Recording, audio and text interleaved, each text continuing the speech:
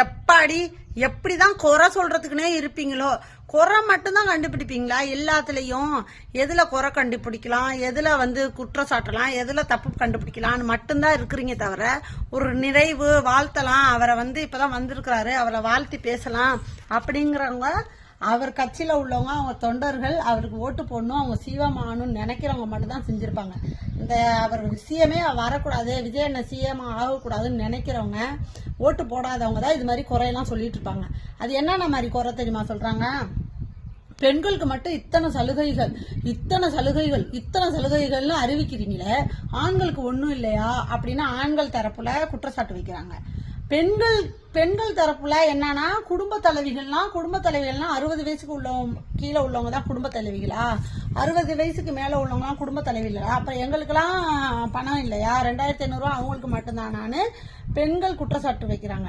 60 வயசுக்கு மேலையும் பணம் உண்டு, 3000 ரூபாய் அவங்க வாய் மூலமா அறிவிக்கல, ஏதோ அவங்க கொடுத்த பிரிண்ட்ல இருக்குன்னு சொல்லி நிறைய இடத்துல தகவல் வந்திருக்கு, நாங்களும் பார்த்துருக்குறோம். 3000 உதவித்தொகை தர மாதிரி, ஓய்வூதியம் தர மாதிரி சொல்லியிருக்கிறாங்க. அதை இன்னும் வாய் மூலியமா அறிவிக்காதனால நிறைய பேர் அதை தப்பா எடுத்துக்கிட்டு 60 வயசுக்கு மேல எங்களை கைவிட்டுட்டாரு, 60 வயசுக்கு மேலதான் நாங்க ரெஸ்ட் எடுப்போம், எங்களுக்கு ஒண்ணுமே இல்லை அப்படி இப்படின்னு யார் தெரியுமா சொல்லுவா? விஜய் அண்ணா சிஎம் ஆகக்கூடாதுன்னு நினைக்கிறவங்க மட்டும்தான் இதை பத்தி பேசிக்கிட்டு இருக்காங்க. மற்றவங்க யாருமே பேசல. அவர் சிஎம் ஆனா போதும் அப்படின்னு நினைக்கிறவங்க தான் பல கோடி மக்கள் பேர் இருக்காங்க. சிஎம்ஏ ஆகக்கூடாதுன்னு நினைக்கிறவங்க தான் குறைங்க சொல்லிட்டு இருக்காங்க. இந்த ஆண்கள் குறைங்க சொல்றது எல்லாமே என்ன தெரியுமா? எங்களுக்கு கிடைக்கல. உங்களுக்கு கொடுத்தா என்ன பண்ணுவீங்க? ஒரு குடும்ப தலைவிக்கு 2500 ரூபா கொடுக்குறாங்க. அது அந்த குடும்ப தலைவிக்கு கொடுக்கறது அந்த குடும்பத்துக்கு தான் யூஸ் பண்ணுவாங்க, அவங்க தனிப்பட்ட முறையில யூஸ் பண்ண மாட்டாங்க. இதே குடும்ப தலைவர்களுக்கு அந்த 2500 ரூபா கொடுத்துருந்தா வச்சுங்க, அதுல 2000 ரூபா ஒயின் ஷாப்புக்கு தான் போயிருக்கும். இது 100க்கு 100 உண்மை.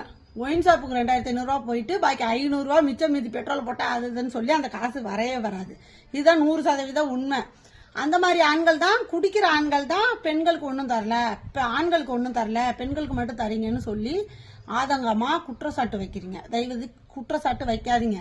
அவர் ரிலாக்ஸ் ஆகி என்னென்ன நடக்குது, என்னென்ன இருக்கு, என்னென்ன செய்யணும்னு அவர் செய்யறதுக்கே ஒரு குறிப்பிட்ட ஒரு 10 நாள் 1 மாசம் டைம் ஆகும். அதுக்குள்ள எனக்கு அதை செய்யுங்க இதை செய்யுங்கன்னு ஏன் இப்படி பண்றீங்க?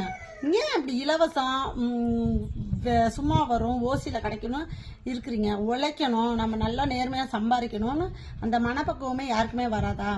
எங்களுக்கு நீங்க சிஎம் ஆனது போதுனே, நீங்க எங்களுக்கு இலவசமெல்லாம் எதுவும் தர வேண்டாம், உதவி தர வேண்டாம், கேஸ் தர வேண்டாம், எதுவுமே தர வேண்டாம்.